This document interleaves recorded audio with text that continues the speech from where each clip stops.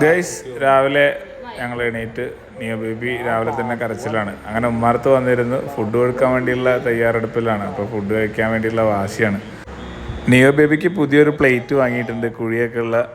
അപ്പോൾ അതിൽ ഫുഡ് കഴിക്കുകയാണ്. കാക്കേനെയും പൂച്ചേനെയൊക്കെ കാണിച്ചിട്ട് ഫുഡ് കൊടുക്കുകയാണ് പൊന്നു. കറക്റ്റ് ദോശയുടെ നടുഭാഗത്തുനിന്ന് പൊട്ടിച്ചെടുത്തായിരുന്നു. ദോശ ഒരു വട്ടദോശയായിട്ടാണ്. അച്ചച്ചൻ ഉമ്പേനെ ഇറക്കുന്നത് നോക്കി നിൽക്കുകയാണ്. അങ്ങനെ ഉമ്പേനായിട്ട് അച്ചച്ചൻ ഇറക്കി പോയി. ഞങ്ങൾ പിന്നെ മുത്തശ്ശിയുടെ അടുത്ത് പോയി. നിയോ ബേബി മുത്തശ്ശിയുടെ മടിയിലൊക്കെ ഇരുന്ന് അവിടെ നിന്ന് താഴേക്ക് ഇറങ്ങാൻ വേണ്ടിയിട്ട് ധൃതി പിടിക്കുന്നുണ്ട്. അവിടെ നിന്ന് വന്ന് നേരെ കുളിക്കാനായിട്ട് പോയി. കുളിക്കാൻ ബാത്ത് ടബിൽ ഇരുന്നിട്ടാണ് കുളിക്കാറ്. നല്ല ഇഷ്ടമാണ് ബാത്ത് ടബിൽ ഇരിക്കാൻ വേണ്ടിയിട്ട്. ഇപ്പോൾ ബാത്ത് ടബിൽ ഇരിക്കണമെന്നില്ല, എണീറ്റ് നിന്നിട്ടാണ് കുളി. പിന്നെ ഉച്ചയ്ക്ക് പൊന്നു ഫുഡ് കൊടുക്കാൻ വേണ്ടിയിട്ട് നിയോൻ്റെ പിന്നാലെ നടക്കുന്നുണ്ട്. ഈ പ്രായത്തിലുള്ള കുട്ടികളെ ഫുഡ് കൊടുക്കാനാണ് ഏറ്റവും വലിയ ടാസ്ക്.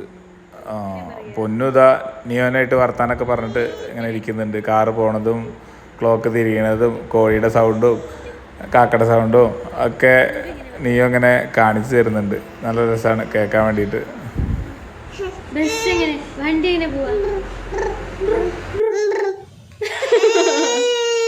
കോഴീനെ എങ്ങനെ വിളിക്ക? കോഴീനെ അങ്ങനെയല്ല വിളിക്കാം.